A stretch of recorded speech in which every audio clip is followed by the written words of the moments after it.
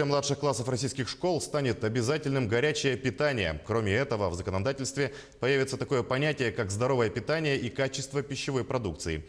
Чем же предлагают кормить детей в школах и что из себя представляет то самое здоровое питание, рассказывает Ульяна Шагина.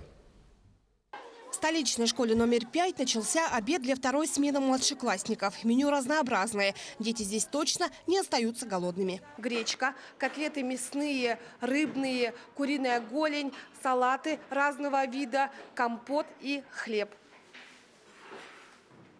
Готовит еду прямо в школьной столовой. Организацию питания обеспечивает предприятие «Школьное питание», которое старается ежедневно разнообразить меню. Каждый день разнообразное меню, абсолютно каждый день меняется, повтора нет. Все получают горячее питание. В Якутии горячим питанием в школах обеспечены 98% детей, при этом начальные классы, в которых более 60 тысяч учащихся, обеспечены им полностью.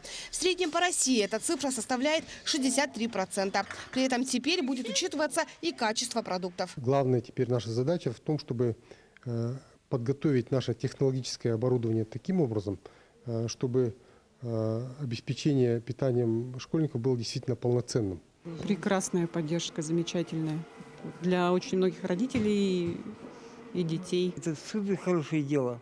Я считаю, что хорошо, конечно. Но если бы это выполняли, то еще качественно. Главная задача законопроекта – ограничить детей от потребления булочек, пирожков, сосисок в тесте. Принципиально новых блюд не будет. Все те же любимые гречка с котлетой, рис, макароны, курица и многое другое. Только теперь будет вестись учет калорий.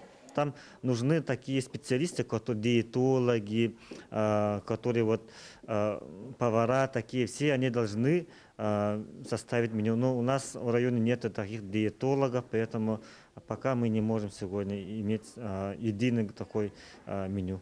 Между тем, резиденты якутского IT-парка совместно с региональным научно-внедренческим центром оздоровительного питания разработали рекомендованное меню специально для якутских школьников. Сегодня этот проект проходит апробацию в одной из вилюйских школ. Затем, как считают разработчики, его вполне можно внедрить и по всей республике. Жеребятина, оленина, ягоды, витаминизированные напитки и так далее. В блюдах, которые подают сейчас, там, можно сказать, калорийность недостаточно. Да? То есть там белки, жиры, углеводы, витамины, да, они недостаточно для нашего климата. А вот здесь все выверено именно для, так скажем, для нас, да, кто живет в Республике Саха-Якутия. В якутских школах пока бесплатно питаются только дети из многодетных и малообеспеченных семей. Средняя цена одноразового питания на одного ученика в регионе составляет более 70 рублей. Если закон вступит в силу, якутские школьники будут обеспечены не только бесплатным, но и качественным питанием. Ульяна Шагина, Павел Пахомов, Семен Семенов, Якутск.